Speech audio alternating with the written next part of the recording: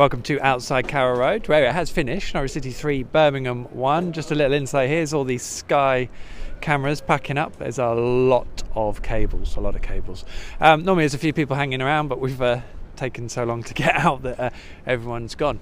I'm not going to have much to talk about in terms of the second half because it was actually quite dull, which in terms of Norwich City standards this season is probably a good thing because we haven't had many of those. Nice to avoid some drama for once, and of course it being nice because Norwich have won the game, and they did that in the first half. They were very good in the first half here against Birmingham. It was 3-1 at half time. It probably should have been better in truth because Norwich managed to concede a goal within a minute of scoring their opener, which was a wonderfully worked move. Jamal Lewis eventually popping in a cross for Teemu Pukki to stick one in off his thigh, I think, in classic Teemu style. It was a very kind of classical Norwich goal that they've scored this season. Beautiful, easy on the eye. And you kind of thought, well, we've unlocked the door here, away you go. But sadly, as I said, within a minute, Birmingham burst forward. Ben Godfrey kind of asleep a little bit, and a wonderful finish from Che Adams, who kind of reminds me of a FIFA player. I like Che Adams, by the way, but he does kind of remind me of a FIFA player where you just keep pressing the shoot button once the ball arrives at your foot, or even if you're meant to press pass, you've accidentally pressed shoot. That's the level of my gaming knowledge, anyway.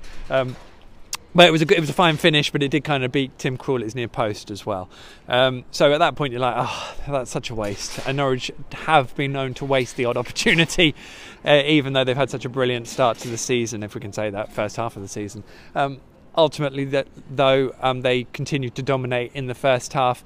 Emi Buendia laid the ball across for Mario Vrancic, who hit a wonderful left foot shot just inside the far post, beating Lee Camp, of course former Norwich City goalkeeper, on loan, I think. Don't think he was ever permanent. And after that, I think, not long after that indeed, we got to see Emi Buendia's corner flicked in, and a wonderful header from Tom Tybal, who was back in the side today and did very well. He certainly warmed to the task, which was very good to see, given, of course, Norwich got to deal with Alex Tettey being out for 3 or 4 weeks. So that's all good in terms of what Norwich can do with Tom going forward. And it was nice to speak to him after the game, actually. He seemed quite happy with his day's work and also not too worried about the fact that he's had to be dipped in and out at times. I think he's philosophical about the situation, even though he's, of course, also frustrated at the fact he hasn't played maybe as many minutes as he would have liked. So positive signs from Tom Tybal, and I think the goal meant a lot to him.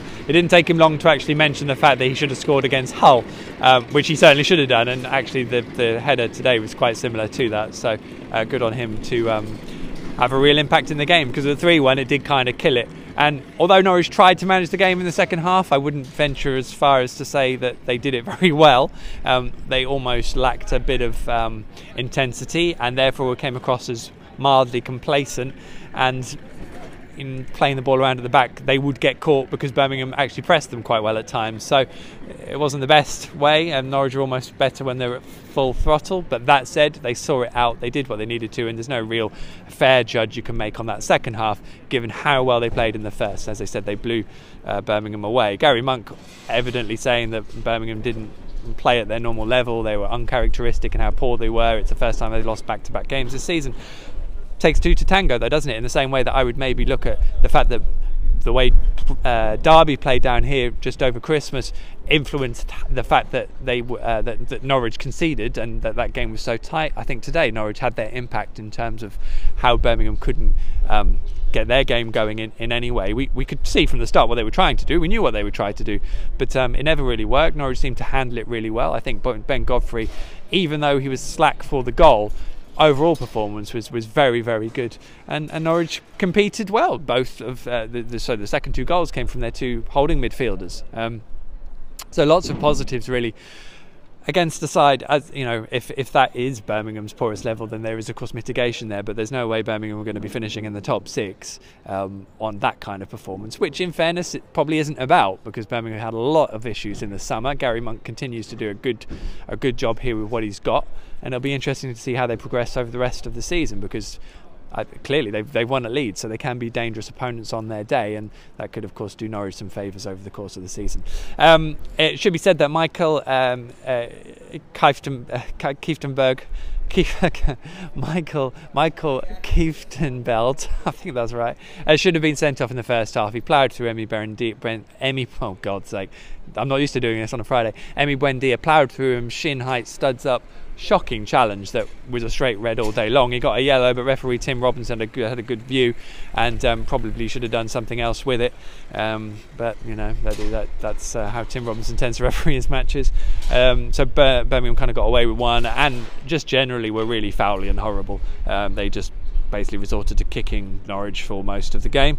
So Emi went off with a dead leg. It seemed to cause him an issue sticking in the corner as well for Tom Treibel's goal, which of course made it 3-1, which would sort of lent it to being a little bit worrying that it was his ankle. But Daniel Farke did say that it was a dead leg, so that's not such a worry, I would say. The fact that he's withdrawn, Norwich have won, and Emi got a bit of protection in that way, if not from the officials.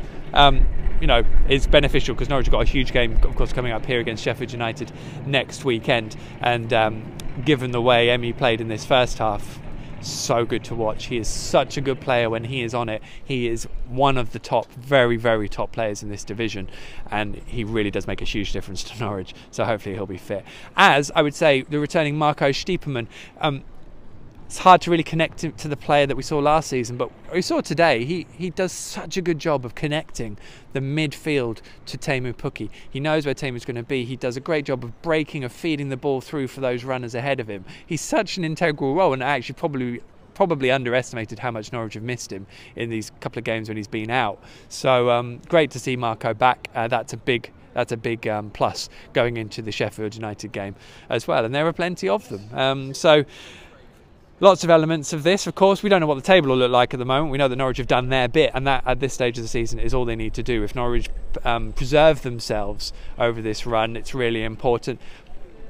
Not so worried necessarily if Norwich only pick up draws against Sheffield United and Leeds because of what you're doing to your opponents. You are limiting them as well, so that's not such a big issue. Tonight did feel like an issue. It felt like a game Norwich needed to win if they genuinely harboured hopes of a top 2 finish, just in terms of points accumulation and staying genuinely in the mix. And of course, the fact that they've picked up 3 points today means that everything remains on the table this season. Loads more analysis, of course, over at PinkUn.com. You can follow it all there over the course of your weekend. We're also off to Kings Lynn at the weekend too, so if you fancy following their fortunes, Ian Culverhouse, of course, in charge there, then PinkUn.com and all our online channels, the place to be. In the meantime, we will all see you later in the week, or next week, ahead of the huge game here against Sheffield United. I can already say we're already bigging it up to be the big game that it is. Thanks for watching.